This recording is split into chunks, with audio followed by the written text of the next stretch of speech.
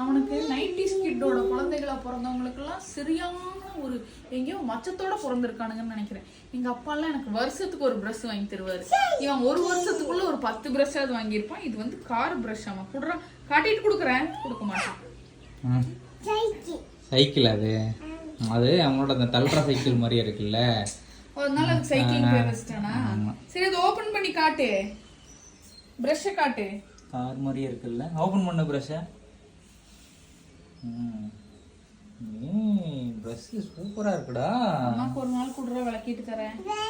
இந்த இப்படி ஒட்டுனா செவுத்துல ஒட்டும்ல, அடியில வந்து அந்த வேக்கம் இருக்கும்ல, அந்த பிரஷ் தான் அப்பெல்லாம் வந்து ட்ரெண்டு. அது 10 ரூபாயோ என்னமோன்னு நினைக்கிறேன். எங்க அப்பாட்ட கேட்டோம்னா பல்ல வளர்க்கறக்கா அதுக்கு என்ன சம்பந்தம், குத்தி வச்சு எடுத்துக்குவேன்ப்பா. அப்படி குத்தி வச்சு ஞாபகம் இல்லாம எடுக்க வேண்டாம், நீ பல்லே வளர்க்க வேண்டாம் அப்படின்றாங்க எங்க வீட்டுல எல்லாம். இவன் பாருங்க, இவன் இஷ்டத்துக்கு பிரஷ் வாங்கிட்டு சுத்தறான், இது பண்றான். அடுத்த ஜென்மம் ஒண்ணு இருந்தா இவனுக்கு நான் பிள்ளையா பிறந்து இவன் கிட்ட இருந்து நான் எல்லாத்தையும் புடுங்கணும்.